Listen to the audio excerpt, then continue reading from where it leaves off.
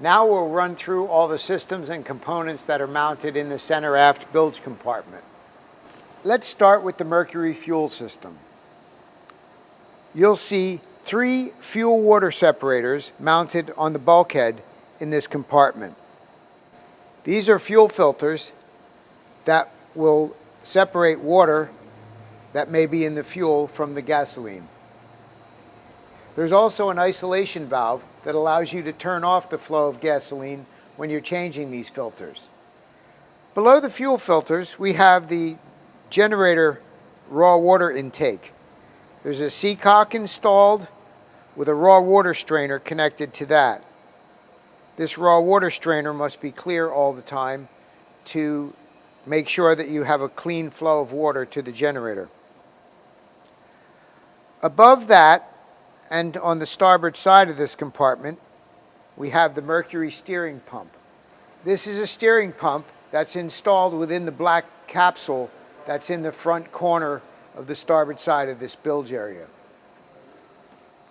As we move aft, we have 2 automatic bilge pumps with their float switches mounted in the aft section of this compartment. These are always energized on the automatic circuit. On the port side, beneath the gas filters, we have the Seacock for the raw water washdown.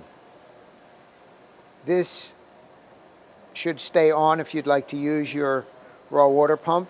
If you're not going to be using the raw water pump, it's a good idea to shut it off. In the center of this compartment, we have the hooker bait well system. This is basically a sea chest that supplies the 2 corner bait wells that are in the aft cockpit. There are Seacocks that turn off the flow of water into the sea chest. If you're not using them, it's a good idea to keep them closed. There's a switch for each pump mounted on the console. Please refer to the hooker manual that's in your owner's packet for full information on this system.